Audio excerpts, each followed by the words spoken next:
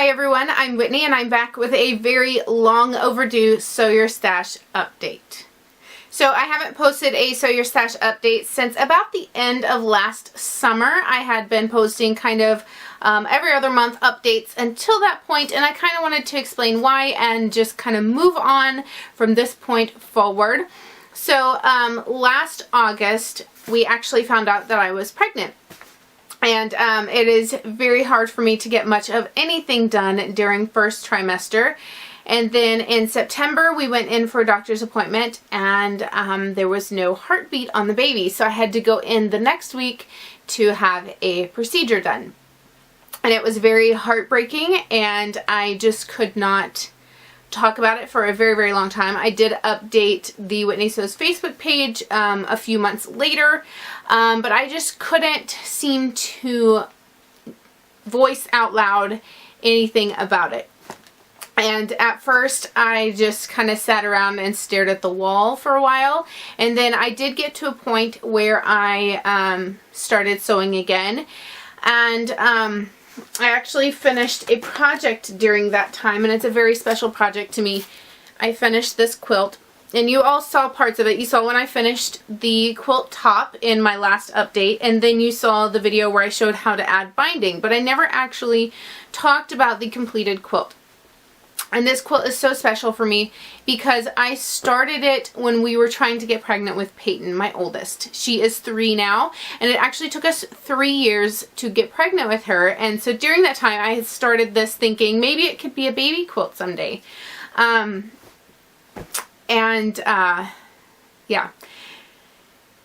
So then I ended up not finishing it before I had Peyton, and then it just stayed stuffed in a project bag for a very long time, and then during this challenge I decided to get it out and work on it. So I finished piecing the top. Right after that is when we found out we were pregnant, so I thought I could make a quilt for this baby. I could finish this quilt for this baby.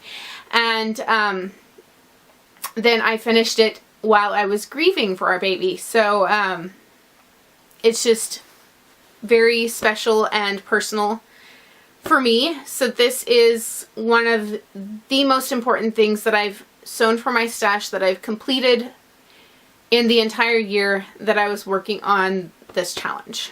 So the reason that I decided that this was finally the time to just do an update and then move on from this point forward was I felt like you all needed to know what had happened, and then once it was out where y'all knew, then I could kind of move forward, because I'm probably not ever going to talk about all the projects I sewed during that time since my last update. There are just too many projects and I don't want to talk about them. But the reason I'm sharing this video today on March 24th, 2018 is today is actually my due date, or was my due date. So I've been really wanting to make this video and I figured today would be the day. So yeah. Today's my due date, and here is the update. So let's move forward, and I'm going to talk about what my goals were for the 2017 version of Sew Your Stash, and then what I'm going to try to do moving forward. So let's get on to reviewing my goals from last year. So my original goals for the challenge were to go as long as possible without purchasing any fabric, to sew more projects for others, to reach for fabrics from my stash that I hadn't reached for in a long time, different types of fabrics like home decor, flannel, fleece, those types of things, and then also to finish works in progress. So for how I did on the goals, the first one of trying not to purchase fabrics for as long as possible, I did really good at that. I went several months without purchasing fabric, and then I did purchase a few fabrics here and there. I had specific things that I needed for projects, like I purchased a material to back a quilt with. Actually, I did that twice, and then I had to buy some blender fabrics to finish some projects and things like that. But overall, I did really good. I didn't just mindlessly purchase of, oh, that's cute, I want to buy it. So not only did I not add more to my stash to where it got even more overwhelming, but I also saved a lot of money, which is nice. One of my other goals was to sew for others, and this included things to give away and things to sell. And I feel like I did pretty good at that. I sewed 2 different quilts for other people. I sewed a Star Wars quilt for a charity auction, and all of the fabrics for the top were from my stash, and it turned out really cool. I love how it turned out. And then I did purchase the material for the backing for that. And then I sewed a baby quilt for one of my YouTube friends who had a baby in December, and it was all from stash, and it turned out so beautiful, and I'm really happy with how that one turned out.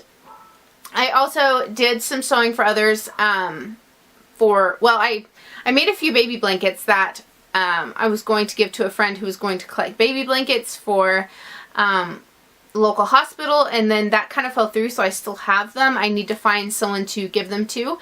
And then I did sew some things for sale, some hats and some different things. And also I started my memory sewing business thanks to a friend who asked me to sew some things for her. So a friend asked me to make a denim rag quilt and some things for a family member who had lost their husband. And I really enjoyed doing that.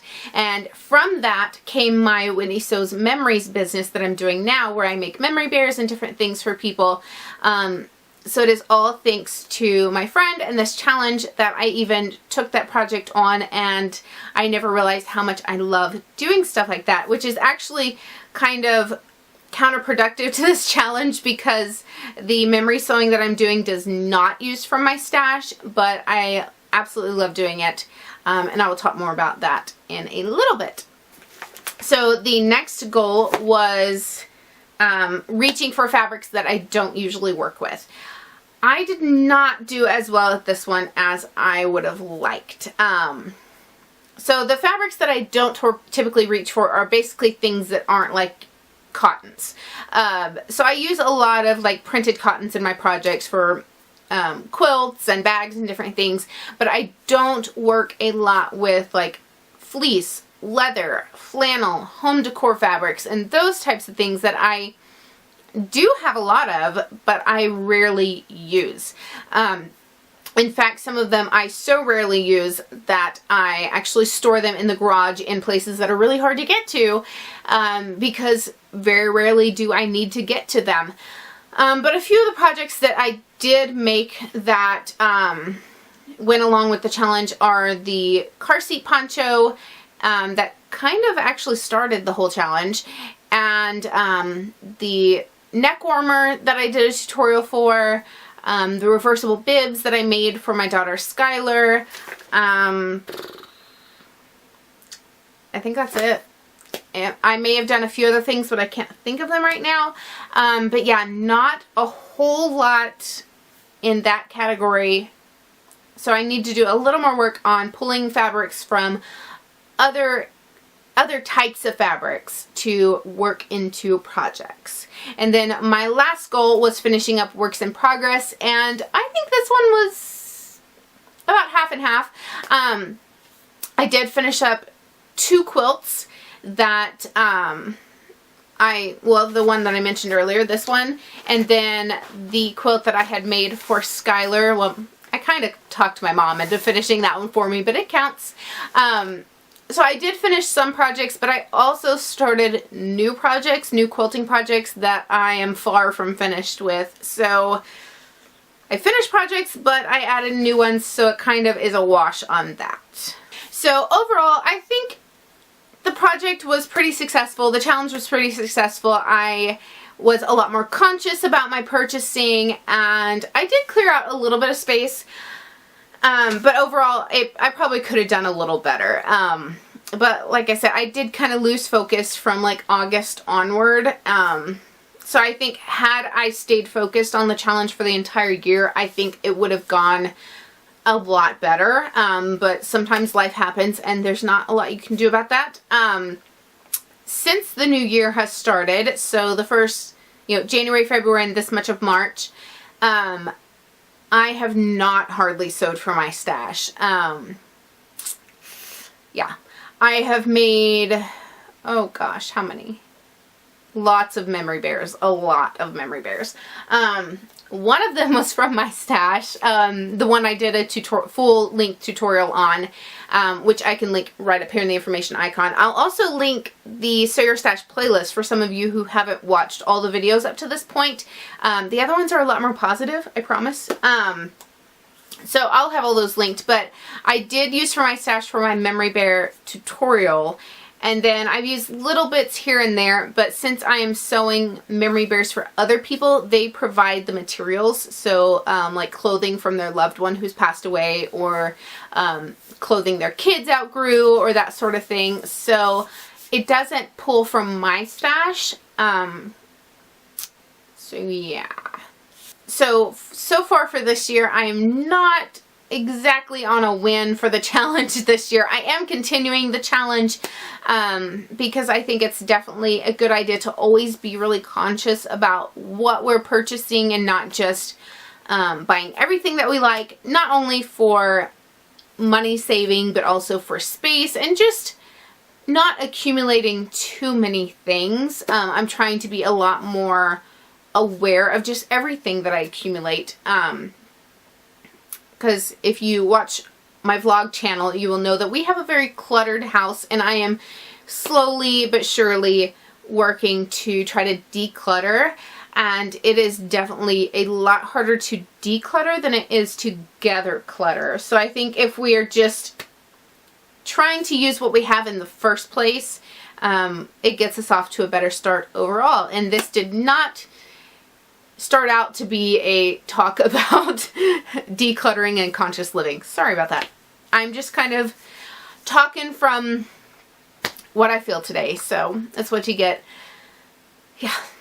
So current projects that I have going on right now, I'm actually making some costumes for the medieval fair that's coming up. If you've been with my channel very long at all, you know that every single year we go to the local medieval fair. It's a huge free event, and it's the first week of April, and we always go in costume every single year. And so this year we're doing kind of some unusual costumes for us, I guess. So I just used a brown faux fur to make some pants for Peyton. So let that sink in. I'll show the costumes later.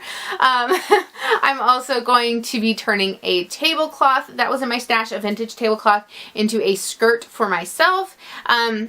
So I am, actually those both fit in the materials I don't use often category. So yes, I am doing good for this year.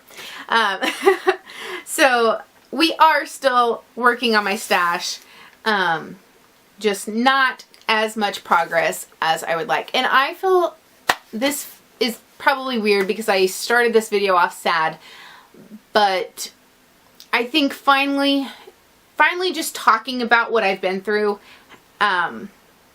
it's good. It's good. I feel good. So yeah. So anyway, I will hopefully get better at doing Sew Your Stash updates. There's the dogs. That probably means Jeremiah's home with Peyton, so I better finish this. So I hope you've enjoyed the update. Make sure to check out the playlist if you haven't seen the other videos already, and subscribe so you see future tutorials and Sew Your Stash updates. And I will see you all again next time. Bye!